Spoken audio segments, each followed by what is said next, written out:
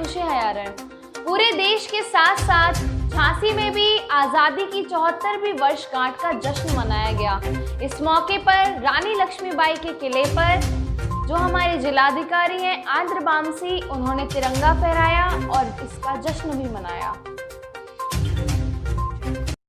ध्वजारोहण के बाद आंध्र बामसी जी ने अपने संबोधन में कहा, आज़ादी के इस पावन पर्व की सभी झांसी वासियों को बधाई और साथ ही साथ उन्होंने शुभकामनाएं भी दी।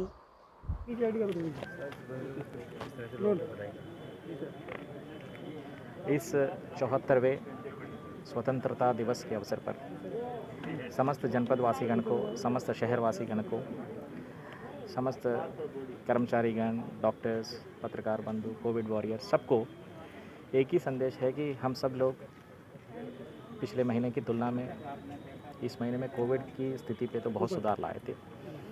80% के आसपास के रिकवरी रेट है और CFR आज की तारीख में तो 2.7 के आसपास है।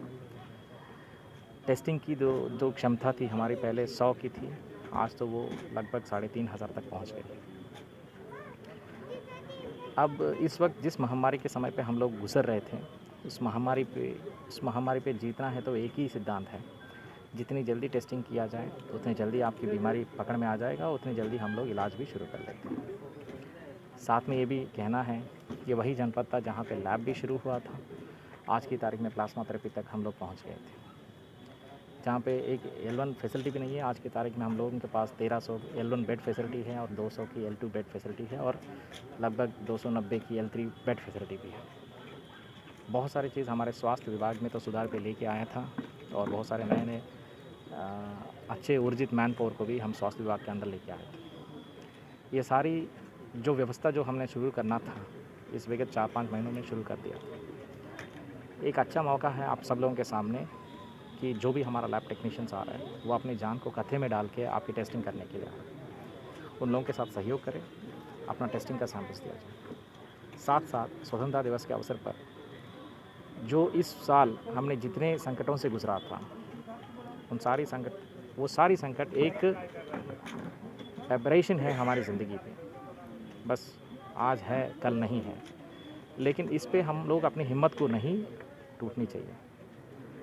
ये जो परीक्षा जो हम ले रहे थे प्रकृति से, लॉकडाउन के माध्यम से हो या कोविड के माध्यम से हो या अन्य जो परिवार संबंधित चीज़ों के माध्यम से हो, हमें तो अपनी हिम्मत नहीं टूटनी चाहिए।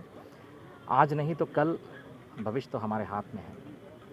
मैंने सुना था कि बहुत सारे लोगों की जो मानसिक पीड़ा भी हो रही है इस कोविड के समय पे, तो फिर ये इतना भय होने की ज़रूरत नहीं।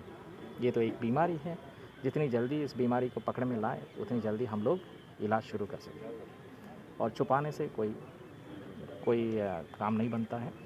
साथ साथ आर्थिक स्थिति को भी देखते हुए बहुत सारे लोगों के मन में ये भी समस्याएं हैं कि कैसे हम लोग अपनी ज़िंदगी को आगे बढ़ाएं। लेकिन मैं पूरी तरीके से आपको बताता हूँ, माननीय प्रधानमंत्री जी और माननीय मुख्यमंत्री जी की आत्मनिर्भर योजना के तहत, आत्मनिर्भर भारत की शुरुआत के तहत बहुत सारे सेक्टर्स में बहुत सारे आर्थिक सहाय भी दिया जा रहा है। बहुत सारे स्रोतों को, बहुत सारे व्यापारियों को और बहुत सारे जनमानस को अपनी ज़िंदगी को बेहतर बनाने के लिए सारी सुविधा भी उपलब्ध कराया जा रहा है। हमारी जागरूकता में कोई कमी नहीं होनी चाहिए और हमारी मेहनती में भी कोई कमी नहीं होनी चाहिए। सब लोगों को मिलकर काम करना है और सब लोगों को मिलकर जो देश की आज़ादी जो हुई थी उसको और संपन्न कराने के लिए और उसको और बेहतरीन बनाने के लिए हम सब लोगों को मिले जुले रहना भी बहुत ज़रूरी है और मिले जुले काम करना भी बहुत ज़रूरी है और मिले जुले अपने भविष्य को भी आगे अच्छी तरह से व्यवस्था करना भी बहुत ज़रूरी है। Thank you.